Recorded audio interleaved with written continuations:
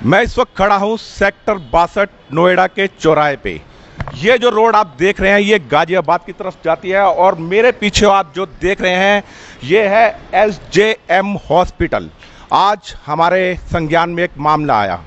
परसों जैसे कि आपको मालूम है यहाँ पर उत्तर प्रदेश के अंदर इलेक्शन था और यहाँ पर इलेक्शन के बाद एक बच्चा जिसका नाम है रवि, मात्र 25 साल का, इलेक्शन से आने के बाद उसने एक स्टेटस लगाया कि दोबारा फिर से उत्तर प्रदेश में योगी सरकार। और उस स्टेटस की वजह से संप्रदाय विशेष के कुछ युवकों ने, नहीं कहूँगा, मतलब एक उन्मादी भीड़ ने उस बच्चे पर जानलेवा हमला करा। क्या था पूरा मामला मैं आपको बताता हूँ। मेरे साथ है चश्मदीद जिनके साथ ये वाकया हुआ। आप मुझे बताएं क्या थी पूरी बात। बात ये थी कि एक स्टेटस लगाया था भैया ने बीजेपी के लिए, ओनली फॉर बीजेपी। वो वोट दे के आए थे तो उन्होंने अपनी उंगली का फोटो करके और लगा दिया था स्टेटस। तो एक सलीम नाम का व्यक्ति है जो कि उनसे व्हाट्सएप पे बहस करने लगा, गाली गलौज करने लगा। ये रात की बात है, जब वो वोट दे के आए थे उसके रात में इन लोगों की बहस हुई। इसने फिर सलीम ने यह कहा कि भाई सुबह तो मेरे से मिलियो और बैठ के बात करेंगे। तो सुबह ये जिन्होंने स्टेटस लगाए थे 4 लोग गए, जाके इन्होंने बात करने के लिए गए थे। ये बात करने के लिए जब पहुंचे तो वहाँ पे 20-25 लोगों ने बिना बात करे और इनसे मारपीट चालू कर दी। मारपीट चालू करने के बाद में मेरे पास में जिस लड़के ने स्टेटस लगाया था उसका फ़ोन आया कि भैया ऐसी ऐसी बात हो गई। तो मैंने उनसे बोला कि आप थाने पहुँचो, मैं आ रहा हूँ। तो वो मेरे से कहने लगा कि भैया आप पहले आप आ जाओ तब हम थाने चलेंगे। तो मैं उस समय एक गाय का ट्रीटमेंट कर रहा था और मैं वहाँ से, मतलब आप गौ रक्षक दल से हैं? जी बिल्कुल, मैं अग्निवीर से गौसेवा परिवार से हूँ और गौसेवा का काम करते हैं हम लोग यहाँ गाजियाबाद क्षेत्र में। तो वहाँ से जब मैं वापस आया तो मैंने देखा कि वहाँ पर कम से कम 700 से 800 मुस्लिम लोग उन 5-6 लड़कों के पीछे पीछे भाग रहे थे और वो लड़के आगे आगे थे। तो जैसे आप बता रहे हैं कि 700 से 800 की भीड़ थी। 700 से 800 की भीड़ एकदम अचानक से इकट्ठी नहीं होती है। इनके साथ कोई आपकी पुरानी रंजिश थी क्या? मेरी कोई पुरानी रंजिश नहीं थी बाकी, और इनकी रंजिश तो केवल बजरंग दल वालों से रहती है। अगर किसी ने टीका लगा रखा है तो इनकी रंजिश हो जाती है। वो केवल मेरे को और जो भैया अस्पताल में भर्ती हैं उन्हें केवल इसलिए उन्होंने पकड़ा था क्योंकि हमने टीका लगा रखा था और हमसे वो ये कहने लगे कि ये भी बजरंग दल से हैं और इन्हें मारो। बस वहाँ पे यही आवाज़ आ रही थी कि इन्हें मारो, इन्हें जान से मार दो, इन्हें काट दो।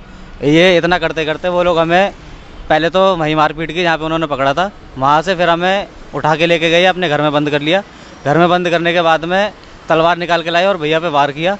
उनके सिर में जब तलवार लगी खून बहने लगा तो मैं घबरा गया था और मैंने सामने जो कमरा था मैं उसमें घुस गया। घुसने के बाद में मैंने अंदर से कुंडी लगा ली और कुंडी लगाने के बाद में फिर मैंने 112 पे फ़ोन किया और जितने साथ के भाई थे उन्होंने सबको फ़ोन किया। तब हम वहाँ से कम आधे घंटे बाद में वहाँ से निकले थे और मेरा भी गेट, जिस कमरे में मैं था उस गेट को तोड़ने का बहुत प्रयास किया उन लोगों ने, लेकिन गेट टूट नहीं पाया।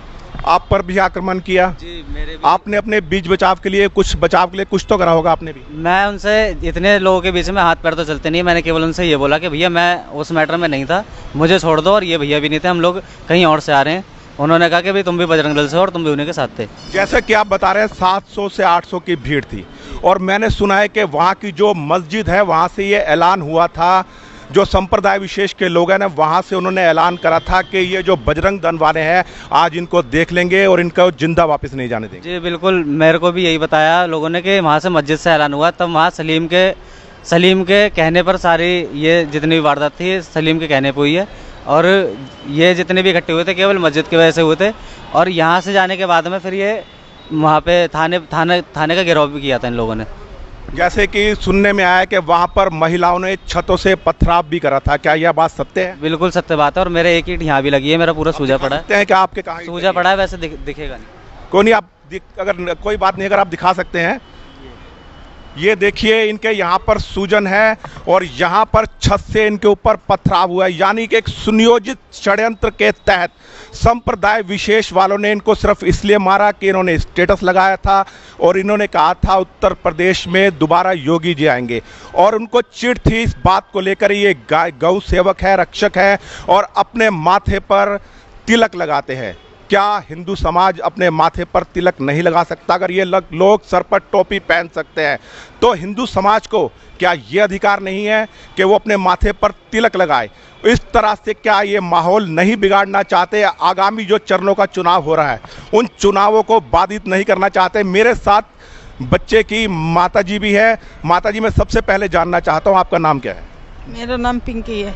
पिंकी है आपका नाम। आपके बच्चे के साथ जब ये दुर्घटना हुई तो उस वक्त कितने बजे का आपको समय का कुछ मालूम हुआ, अंदाजा? समय को कुछ नहीं, 5 बजे घर से निकला, वही 6:30 बजे के करीब की 6 बजे की घटना है। 8 साढ़े 8 बजे करीब मुझे पता चला है कि आपको किसने सूचित करा, किसने बताया कि आपके बच्चे के साथ ये जानलेवा हमला हुआ है? कुछ नहीं, इनके लड़कों ने मेरे पास फ़ोन किया, लड़कों से बात चली, मुझे पता चला। मेरा लड़का तो होश ही में नहीं था, बेहोश पड़ा था। मेरे